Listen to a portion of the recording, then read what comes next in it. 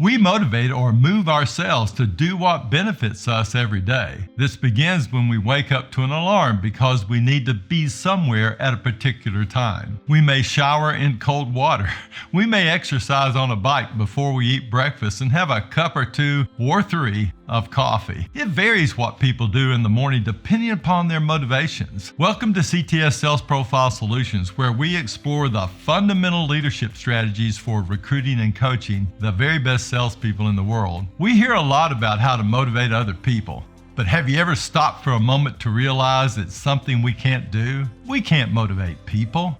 I can't motivate my children or my bride or you. I can put together a better environment in which you choose to motivate yourself.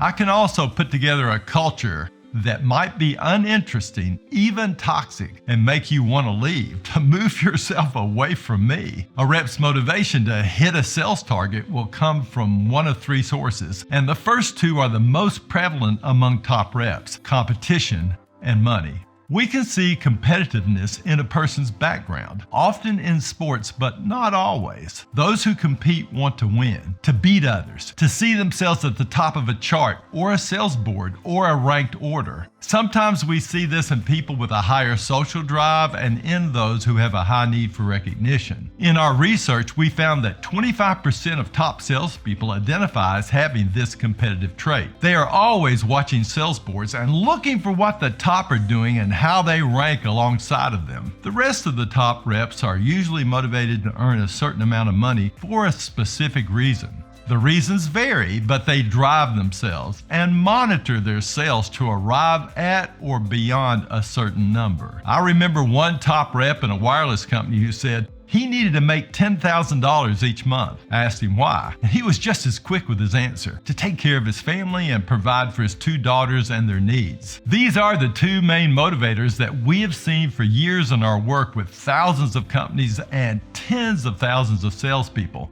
competition and money. But there is one more motivator that helps some reps sell enough to be beyond minimum expectations, and at times even in the middle of sales boards, and infrequently even at the top.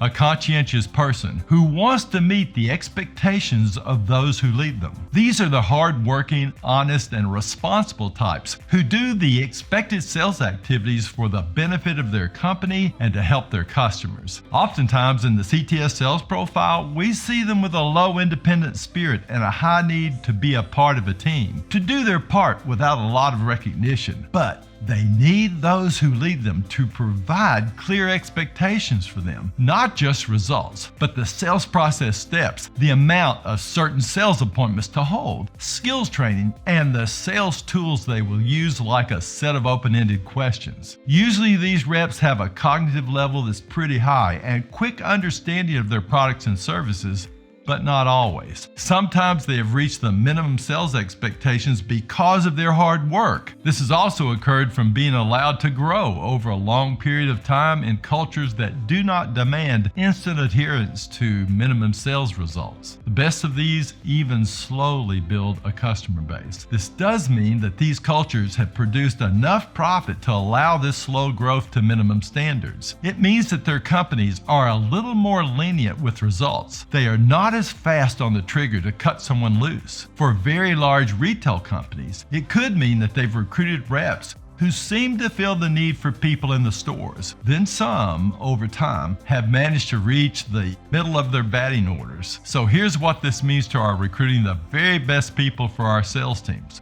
First, know this important fact when recruiting. In most sales organizations, especially those with short sales cycles, the top salespeople are either income motivated or competitive. They're often ego and recognition driven, or they have to hit a specific income for compelling reasons of their own. Yet, there are those who are moderately gifted or less gifted in their personality traits when matched to great performers. For them to sell at minimum standards or beyond, make sure they are conscientious people who are able to handle the cognitive demands of the job. Give them clear expectations, skill training, and a sales process to follow. Be patient as they grow and make sure your company can handle the lower sales during their growth. More and more young candidates today, those with personalities like those of your top reps, tend not to have clear focus on the income they need for a better life today and in the future.